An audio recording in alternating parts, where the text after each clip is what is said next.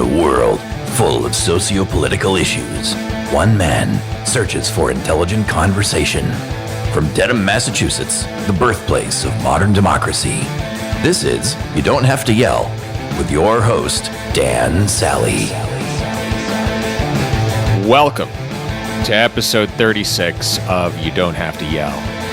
It's the bad boy of nonpartisan political podcasting here, and while I'm not sure what week of quarantine it is exactly, I do know that most of us are at the point where we're contemplating giving ourselves our own haircuts. I'm holding strong. I've got no one to impress, and I would strongly encourage you all to do the same. Now, a lot has been made of the Spanish flu pandemic in the earlier part of the 20th century when we're trying to provide some reference point to what we're going through today. But there was another, far more deadly plague that has even greater historical parallels with our current situation than that one. I, of course, am talking about the Black Death, the Kleenex of pandemics that killed anywhere from 30 to 50% of the population of Europe, depending on who you talk to, but also brought about enormous economic and social change. Now, why, with such a large death toll, do I say it's of greater historical relevance than the Spanish flu? Well, both the Black Death and the coronavirus are the result of expanding foreign trade, specifically with Asia. Although the folks in medieval Europe didn't insist on calling it the Asian death, but that's more because it was easier to blame the local Jewish population. The more things change, right? Now, to help add some context, I've enlisted the help of Louisa Woodville, now retired professor of medieval and Renaissance art history at George Washington University, to discuss life during the Black Death and the cultural and economic changes that ensued. I'll be back at the end with closing comments. Until then, Louisa Woodville. Yeah, my husband had said, I have something that might be useful to you, that his boss sent him, because he works for my husband works for the Federal Reserve. It is fascinating. Yeah. I mean, no, and I'll include this too in the show notes that I put online, but it basically documents the death toll of every plague, at least every plague that has a historical record.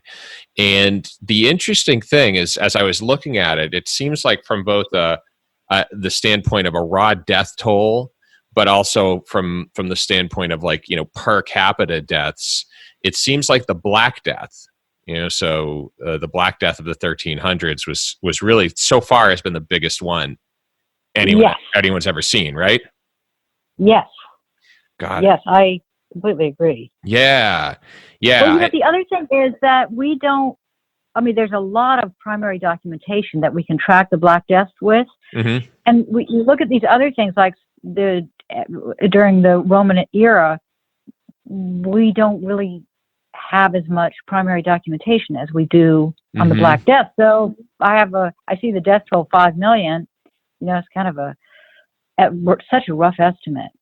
Yeah. But, that's what we have, so that's what we're going with. Yep, that's it. Where nobody's, their guess is as good as mine, or probably better. Yeah, exactly. And I guess, too, a lot of people, I think, if you can kind of paint the picture for me, because a lot of people, I think, when we think of the 1300s, we sort of have this image of some scene from Monty Python and the Holy Grail, where you've got people kind of rolling around in the mud and such, but that's not right. An accurate picture, correct? Correct.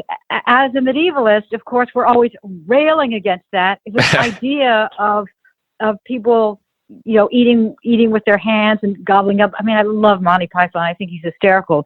But this was also the era of pilgrimages. These people walked and rode and did whatever they could to visit these what they considered sacred relics. And there were many reasons for traveling to do that. You could say, I want a safe childbirth for my wife, so I'll go to Canterbury. Also, it's a way to get off the farm.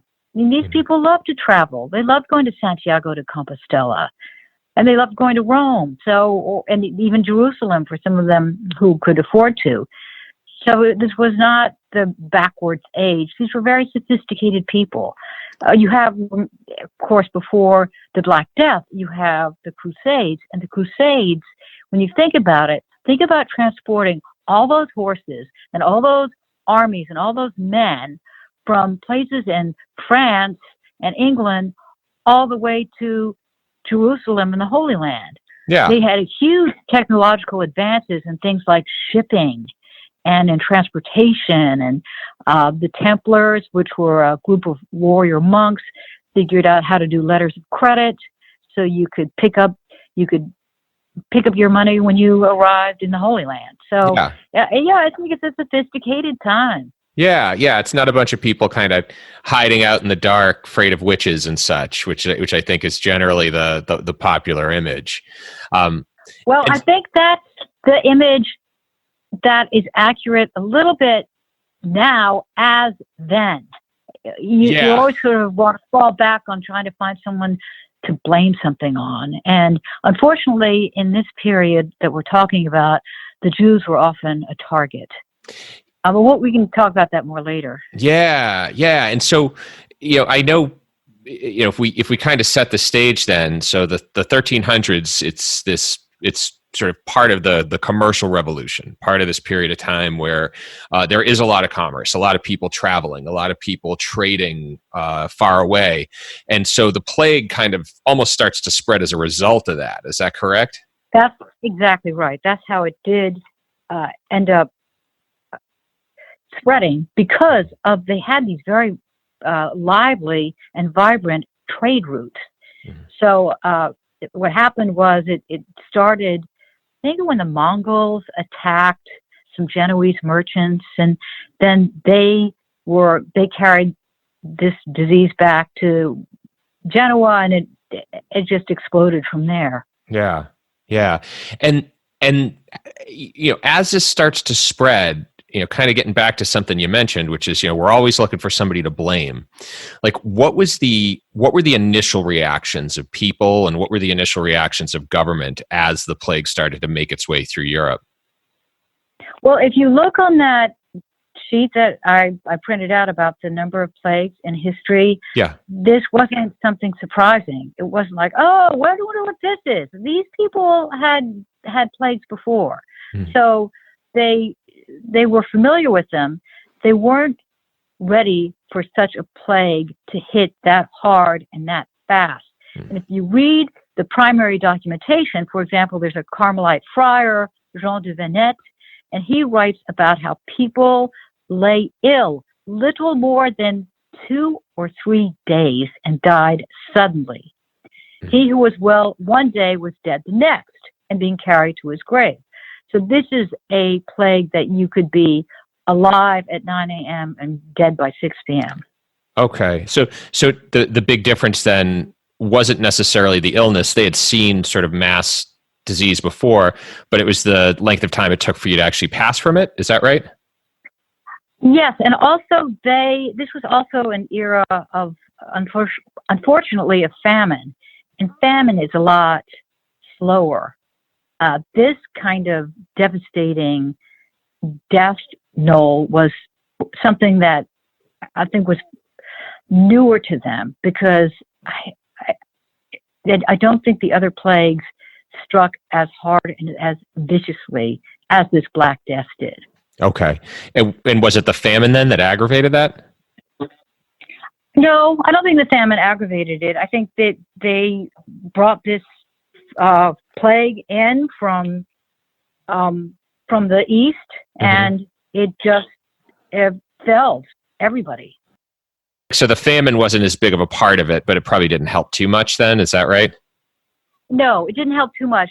And the 14th century was just such an explosive era, with a lot of good things happening and a lot of bad things happening. So. Yeah. Why is that? Like, why was it such a dynamic era?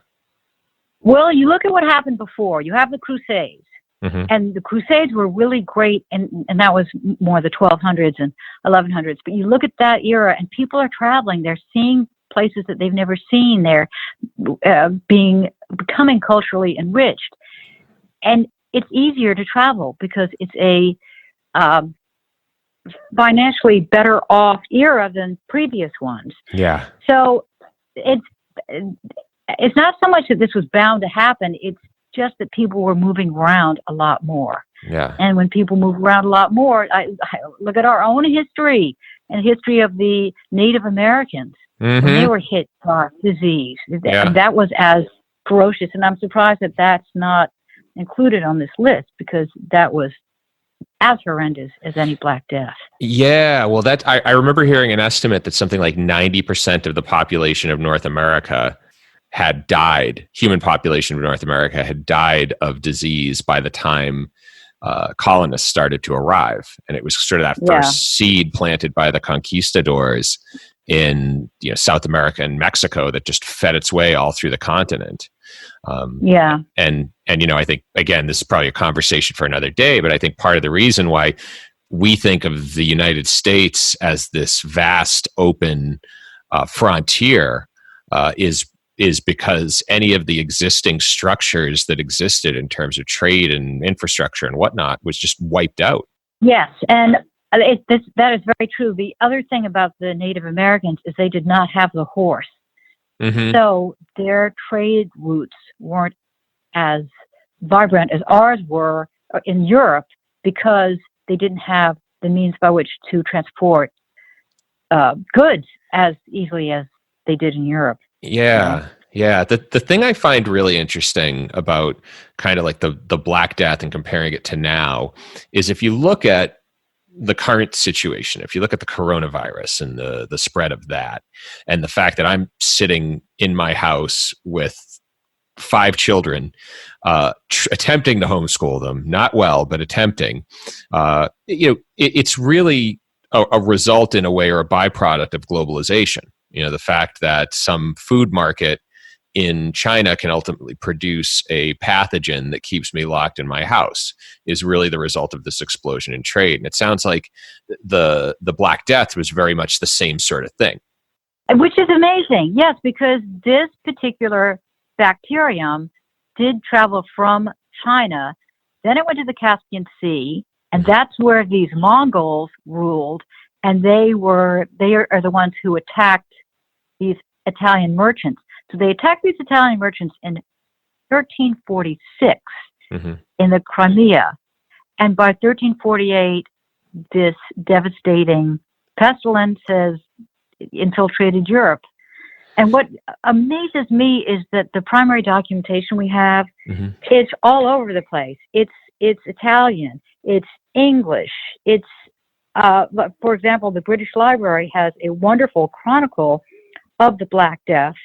And it's in a cathedral priory, and it talks about how nobody could do the work that these laborers had done because they had never learned how to do it.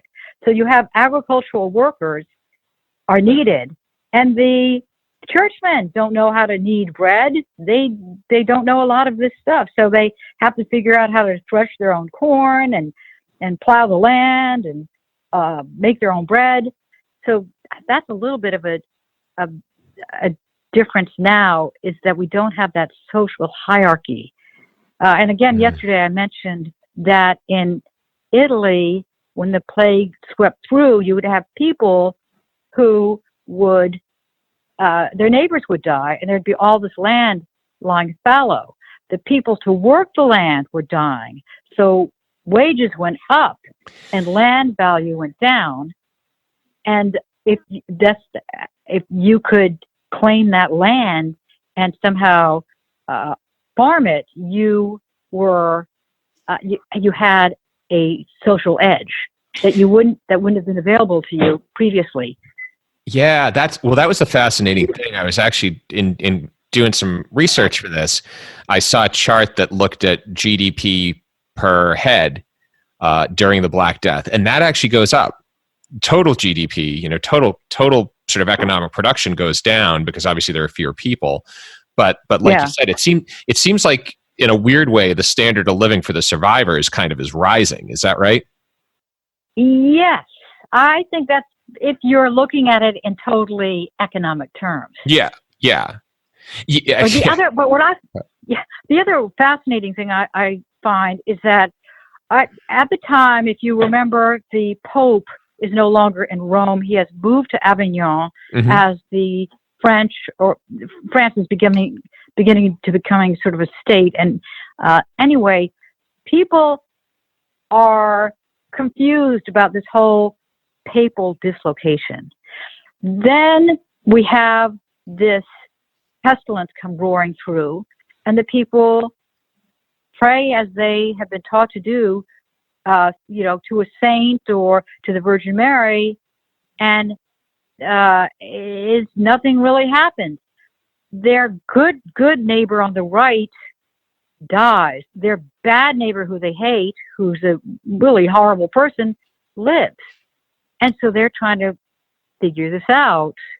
And so the church begins to lose its foothold a little bit, because people are saying, I'm not believing you. It doesn't seem to be working for me, this praying to a God who just took away my wife and my 5 children.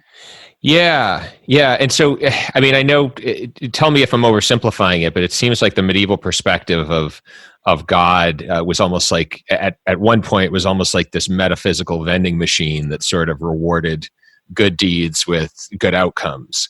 And it sounds like that starts to change as people see people die irrespective of their level of piety or the, how they live their lives effectively. Am I right there? Yeah. I see what you're saying. I think sometimes what people forget is that there was always this element of, I guess you would call it disruption within the Christian church. For example, in the 1200s, you had the Cathars in southern France, the Albigensian Crusade, and these were Christians that had a different belief system, and they were basically massacred by the French nobility in the north who were trying to effect a land grab. So you have this quote-unquote religious war. It's not religious at all. It's all greed. So who writes history? The people who want to get across their own agenda. So I think there was a lot more questioning of the Christian faith than we give these people credit for. And you can see it in the Albigensians, and you can see it in different parts. And, you look how different the Orthodox Christianity is from the Roman Orthodoxy. So there's just one example. And that happened in the 11th century. So yeah, it's interesting to kind of parallel that with now too, because there's been, I think, an increasing suspicion of official institutions over the last couple decades that probably hasn't existed since maybe like the Vietnam era, and there is this suspicion of government, suspicion of media, and yes, when you can catch the lies so easily.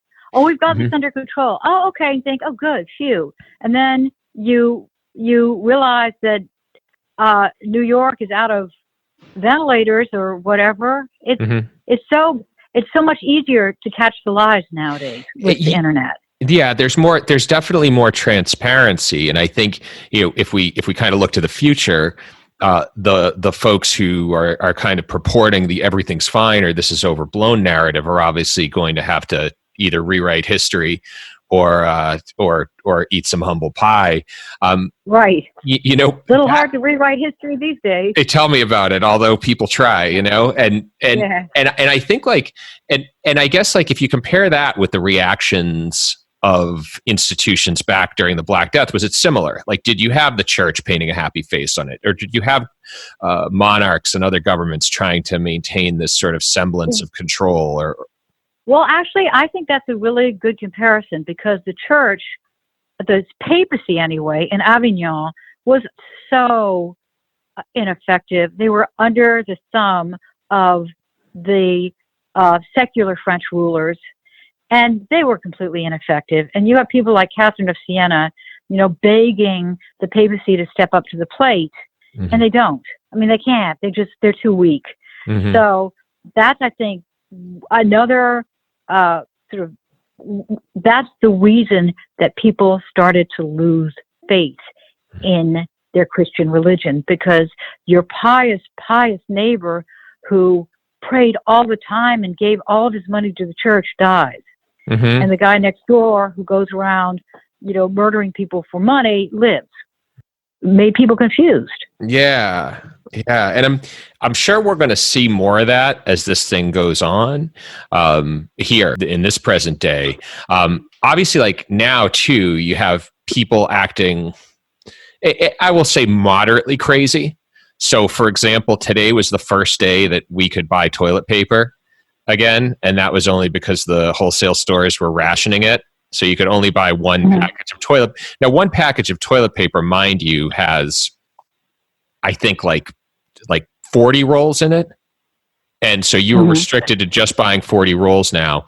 Now, of course, if the plague gets so bad that you need a cellar full of toilet paper, then your water is probably going to run out first. But that is a story for another day. Now, I hope you are enjoying today's conversation with Louisa Woodville. And I wanted to take a quick break to enlist your help.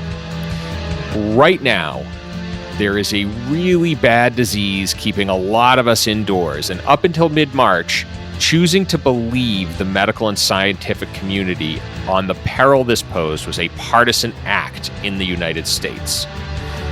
Now, this is due to the fact that the American political dialogue has become so poisoned and so tribal that we'll ignore the headlights coming towards us until the person who we voted for tells us to move. And this is 100% a byproduct of the way we conduct elections in the United States. My goal in doing this is to change that, and to do it, I need your help. Right now, while you're sitting there waiting for me to stop talking so the rest of the episode can continue, I want you to click on your device and share YDHTY. It's easy to do and only takes a second. We need more people like you in the conversation if things are going to change. Second, if you're interested in learning a little more about the electoral system in the United States and why it's geared towards divisiveness and tribalism, I would strongly encourage you to visit ydhty.com for more information. That is Y as in you, D as in don't, H as in have. You can figure out the rest.com. And with that out of the way, let's cheer ourselves up with some more conversation about the plague. How did people react, like, other than their declining faith in the Catholic Church, what were some of the other ways they reacted, or what were some of the other responses people had as they saw this thing kind of grow? And well, one of my favorite, I think you could call it a reaction to the Black Death, is Boccaccio's Decameron. And Boccaccio, as you remember, is that wonderful Florentine, one of the famous Florentine authors. And in about 1353, he wrote this tale. And you have these, I don't know, I can't remember the exact number, but like 14 Florentines leaving Florence and going up into the hills where they know it's safe. And they tell stories. And if you read the Decameron, the stories are very funny and very entertaining. And that's what these people did in the hills.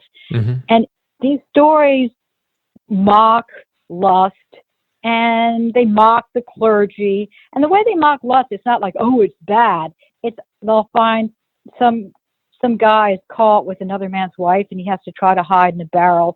That kind of funny stories. What it does reveal are these social tensions, because you have sort of the new wealth that was made, especially by the Italian merchants and the Genoese merchants in Florence and elsewhere, and the social tensions are exacerbated during the Black Death, because now somebody who was a farmer, like the Medici, can start accumulating wealth through what other people have had to abandon. Okay. Yeah.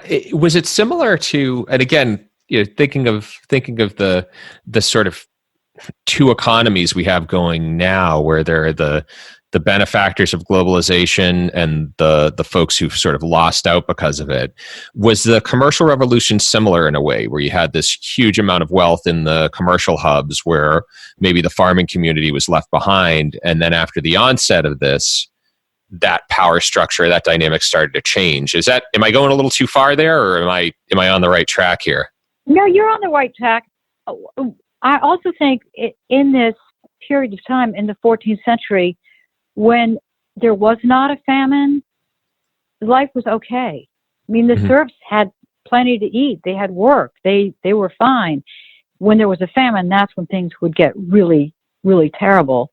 And then, of course, the Black Death. But famines don't restructure social mobility to the extent that the Black Death did. And if you look at what was happening during the 14th century, you have these sort of mercantile ethics that start to take hold and replace the aristocratic ones.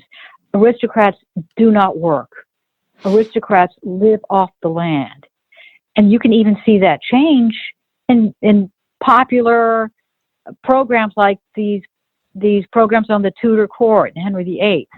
All of a sudden you start seeing the aristocrats, they still have their big estates, but now they start serving the king in almost an administrative way. So that's all. That was a change that I believe the Black Death helped move along. It was already happening, but it kind of pushed it more. Yeah. And so what you're saying here then is that kind of the disruption that was created by this kind of cleared out some of the old staid beliefs or behaviors of the aristocracy, and maybe started to accelerate the transformation of society to more of like a mercantile approach to things then. Am I right? Or well, yeah, the mercantile approach was already sort of taking hold. Like, for example, Arabic numerals were being used because that made it a lot easier. But sometimes I think about the Black Death and I realize I just really can't imagine it. I mean, half the population was gone. And it didn't matter whether you were a bishop, a king, or a priest, or a serf. Everybody died. So, to me, the biggest takeaway from this was the social mobility that it afforded, and also how that devotion, piety, and loyalty to the church lost its hold because the church could not provide any protection, and people's faith was completely shaken. There's this author who wrote a book on Leonardo da Vinci, and I loved his quote about what happened during this period of time. And he writes, "Surging intellectual energy, dammed for a millennium in ecclesiastical reservoirs, began to flow through the pestilence-inspired breath." That idea of surging intellectual energy. And I think about people like Boccaccio, and you have other amazing writers like Petrarch that he thrived during this period of time. Dante was a little bit before this period. But all these, it's not your Monty Python depiction. It's these people that really have a lot to do and a lot to say. Yeah. And they do. You know, it's funny. This is going to sound trite, but when you were telling me about Boccaccio, and even I think of, Chaucer and the Canterbury Tales, which, came a little later, I'm almost thinking in my mind of how you have right now all these people holed up in their homes in different parts of the country watching Netflix, and how things like The Tiger King have all of a sudden become overnight successes because people are just trapped in with nothing to do. It almost sounds like people ran to the hills, and that was kind of like the Netflix of the 1300s in a way, which was going up into the hills and telling stories because this was the only place where it was safe. Yes. And I'm not one to really watch a lot of TV or Netflix. And I keep thinking, boy, if people, instead of watching Netflix, if if they did what you're doing, or they wrote stories about what their life is like, or something funny that happened. I hope they're doing that too, in addition to watching Netflix, because people say, I'm so bored. I have to. I'm on season 4 of something. Wow. Then write. Pick up a pen and be like Boccaccio and write your story. Yeah, we had this idea. It was actually my wife's idea. I'm not even going to say we. My wife had this idea that she was going to have the kids journal every day. Yes. That's what my husband and I are doing. Exactly. That's great. The only problem for us is that the journal was like, Teddy ate half of my grilled cheese, and Johnny was, it's like, they're just, if we become the sole record of what happened during the pandemic of 2020, they're just going to think that everybody just was trapped in a house with their siblings fighting, basically, because that's pretty much what the journal says. But the exercise is good, certainly. And I think at this point in time, like, it's important for us all to kind of pause for a second and say, this isn't just like a little speed bump for society. This is something that's going to have enormous changes, an enormous impact, I think, culturally. Yeah, and I think that's what I'm wondering too. I mean, I think some of this enormous impact is going to be really positive. Mm-hmm. Like, for example, you say 4 children? 4 and 1 foster kid, so 5 total in the house. Okay, so 5 children, and you are probably going to find out some things about them that their teachers knew, but you didn't. Yeah. So your life will be enhanced by getting to know them on a whole different level. That you are 100% correct. My wife and I actually talk about how, in a lot of ways, and granted, we're 2 weeks into this, I think the damage, both economically and in terms of life, is yet to come. But the one thing that we've really appreciated is just the ability to pause, and the ability to actually, not have to rush off somewhere, or not have to rush one kid off to a soccer game and another kid to some other class. We're all in the house. We're all together. We're the only people we can associate with. And it's been really nice. And so, yeah, you're right. Yeah. And then think how different your life is from your friend who has an apartment of 800 square feet in Boston.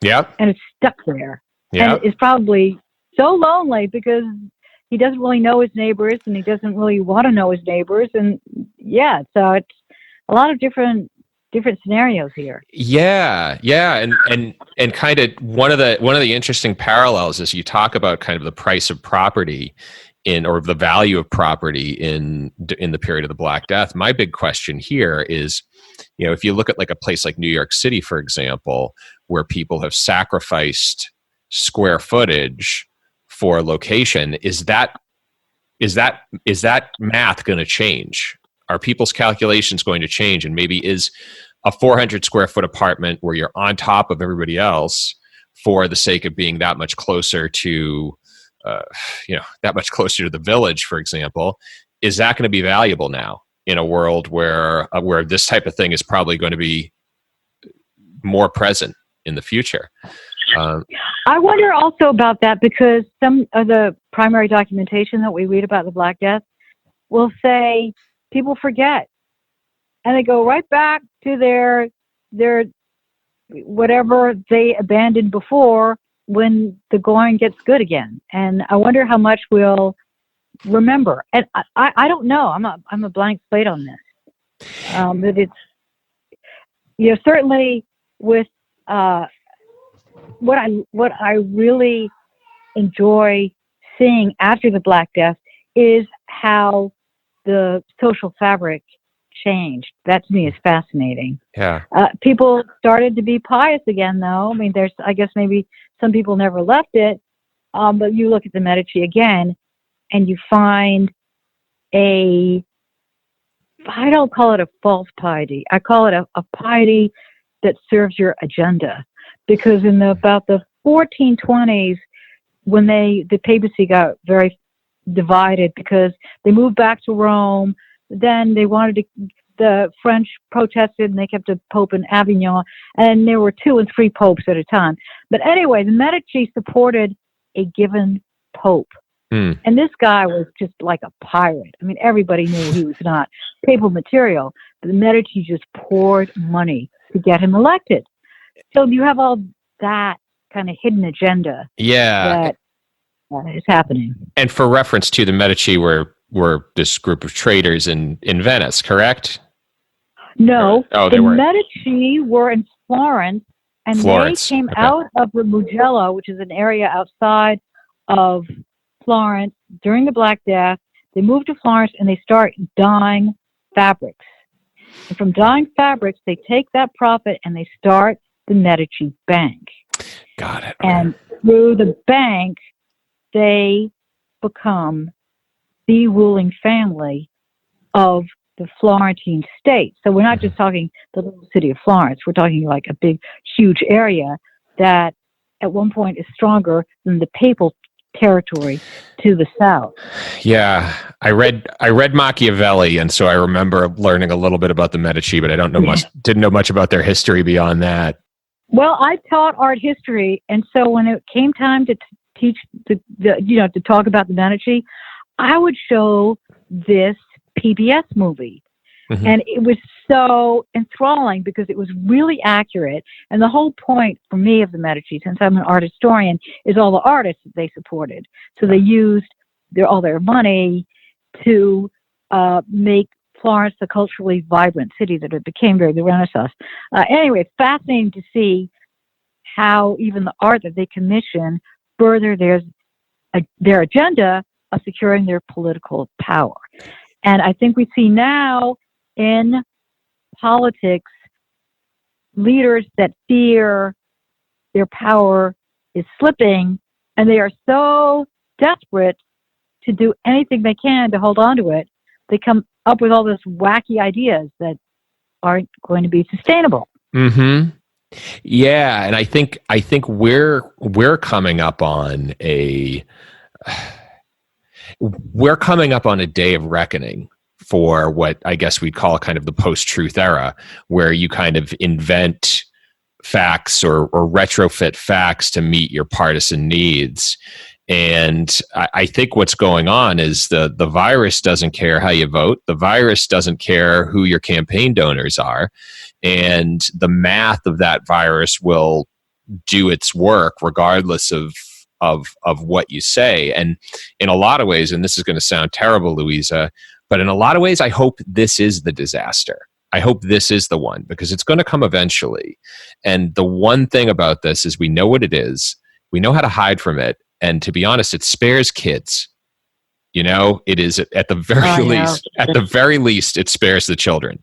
So, I hope that this is the wake up call, and this is the one that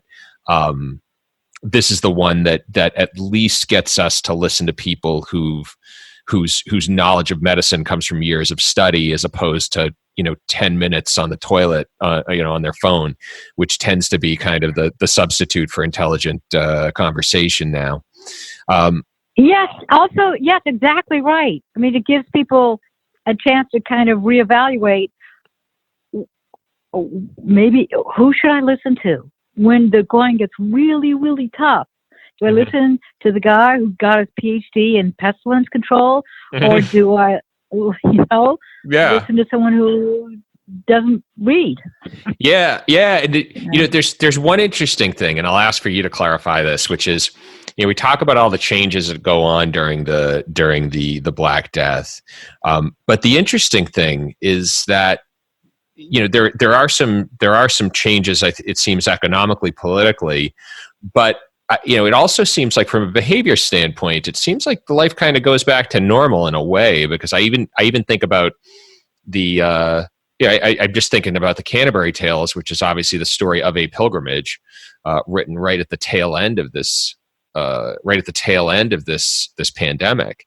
And so it seems like whatever lessons were learned during the Black Death kind of disappear after a couple decades. But I'll ask for your clarification on that, because I'm obviously not the historian out of the two of us.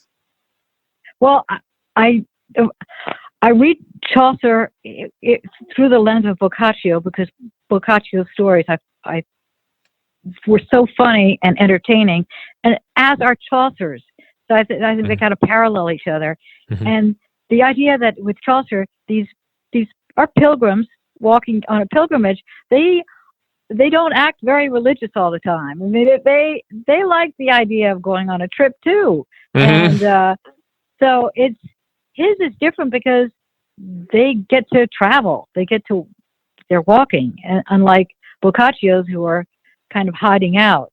The other thing that struck me about Boccaccio, though, is that these were the Florentines who escaped and went up into the hills, had money. And my husband and I are out in the middle of the country in Virginia. Mm-hmm. We also have a house in D.C. So we are like that also. There's so many people who don't have a house out in the country mm-hmm. where they can escape to, and so that's the other thing, is even though the plague or this coronavirus if it finds you, attacks everybody the same, it can't find you if you can run to your big house, wherever it is in Dutchess County, New York, or here in Faulkner County, Virginia. Mm-hmm. So that seems true also with the plague in the 14th century. Yeah. You had, well, like, for example, this was a later plague, but Elizabeth I immediately left for Windsor Castle when the plague hit, because Windsor Castle at that point was really out in the country. So that was how these medieval and Renaissance people dealt with the plague. Yeah. Try to outrun it if you can. Yeah. And do you one other thing too that I want to make sure we touch on is the end of it, because when that plague lifts too, and you kind of alluded to this with the Medici and with their funding of art, but there's almost a boom in a way. I mean, it's really, well, I mean, it's kind of a dumb thing to say, because it's the Renaissance effectively is what happens, right? Well, it's also that social mobility. Mm-hmm. I think that gets the ambitious and the hungry able to realize their ambitions, like the Medici. Mm-hmm.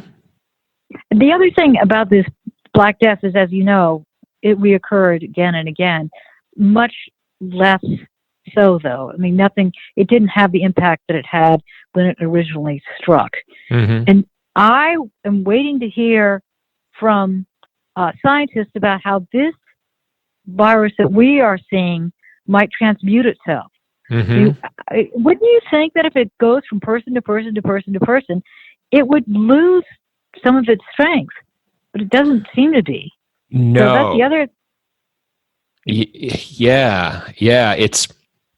It's a really weird one, because, and again, I'm going to play armchair epidemiologist for a bit, because everybody on Facebook seems to want to. So, but it seems to me that if you look at kind of the nature of the way disease spreads, it needs new hosts, and it needs new hosts, and to do that, it needs, a lot of people effectively.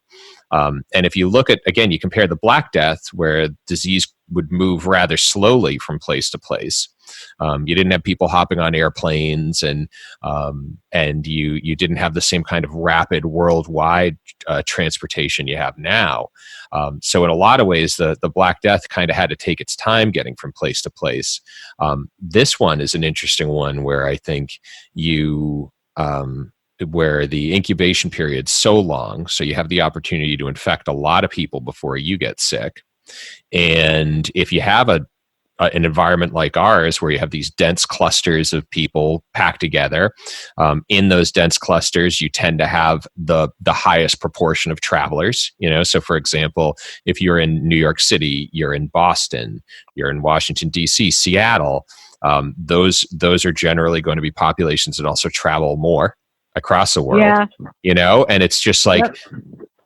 it's a very, the interesting thing, and I think the thing that's the parallel that's tough to generate is that at the end of the Black Death, people still didn't know what caused it. There was no virology. They never knew much about what it was other than it killed people. Yeah. Now the interesting thing is, obviously there are the cultural changes that will no doubt take place, but there's also the to kind of get to your point about how institutions fundamentally changed back then. We now as a community, as a global community, have to understand again that and this is something I've said in earlier episodes, that we live in a world where where food regulation, where public health regulations on the local level influence the health of the entire world, because ultimately it is, they trace the coronavirus back to the wet markets in Wuhan, and it is the lack of regulation of those markets that impacts everybody now. And how that plays out, I mean, there aren't a lot of happy stories in history that indicate how this plays out. There aren't a lot of it. Yeah. And also, when I was in school, and I'm 66 years old, when I did not ever hear about how disease felled the Native Americans. I remember going to an exhibition, and it was in something like, I don't know, 1992 or something, at the Smithsonian. And that tracked the devastation of the disease that eradicated a huge percentage of the Native American population. That was news to me. So again, it's like the people who write history, because as it was happening, these European conquerors were thinking, oh, good, this makes our life a lot easier, instead of recording it as this most horrible, terrible thing has happened. There's a population that's dying, and we can't stop it. We don't know what to do.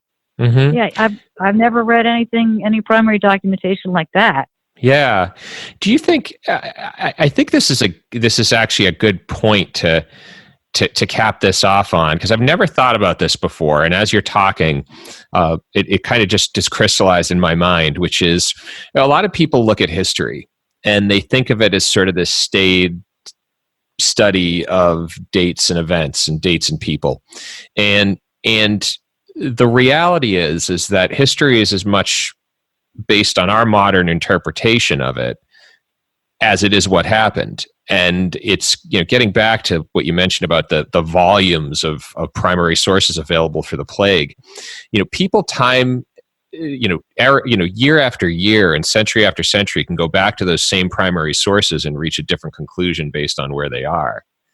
And yes, which is what I love about history. It's so dynamic. Yeah. If you are one of these German historians of the 19th century, and you are reading about the devastation of, I don't know, say you read about how the Christians blamed Jews and massacred them during the Black Plague, you're going to read it in a different way than a German historian in the year 1943, than you are from a historian in 2014. I mean, that same fact is interpreted in such different ways. Which is why I love history, because we're constantly revisiting it and seeing exactly what this meant.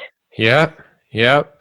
People stay the same, and the situation changes, or maybe to put it a better way, these situations aren't new, as evidenced by the fact that we are talking about something that happened almost roughly 700 years ago to understand what's going to happen now. Right. And I look at the Black Death and think, terrible, terrible things happen. I get that. Also, there were some really positive changes, and I'm looking forward to seeing what those are also. Now, I mentioned at the top of the show that the plague was the result of expanded trade with Asia, and there are some other parallels I believe have yet to fully come to fruition. Now, just like the papacy and the aristocracy, whose influence was waning prior to the Black Death with the Commercial Revolution, saw this process accelerated as more and more people succumbed to the disease, we're seeing a test of our institutions today, and not all of them are going to come out as winners. Now, while the current administration has made globalization, or rather retreat from it, one of the centerpieces of its policies, we're at the point now where global cooperation is going to be needed if we're going to tackle the next pandemic, which definitely will occur. Now, what's more, the rise of the anti-science movement is being tested as people now have to choose between their partisan identity and what people who actually studied medicine have to say. And it seems that more people are turning to the science, but I wouldn't cut anti-science out more because it's way harder to go through 7 years of schooling than it is to do 15 minutes of research on the toilet. And I believe most people are going to choose to become an expert in the latter. Now, we started this year discussing the national debt, and that was before we added $2 trillion in stimulus to it. So we're going to revisit the subject next week with one of our guests from January. Tara Sinclair of George Washington University is going to come on to talk about the current stimulus, its potential effects, and how economic policy needs to adapt to address future crises like the one we're in. Spoiler alert, we don't discuss implementing an emergency haircut system, so you're still on your own there. Oh well. You can find a write-up of today's episode and some additional resources to whet your bored and curious mind on YDHTY.com. As always, theme music courtesy of Quellertac. YDHTY is produced in North Carolina by the Big Gino Jason Putney. Until the next.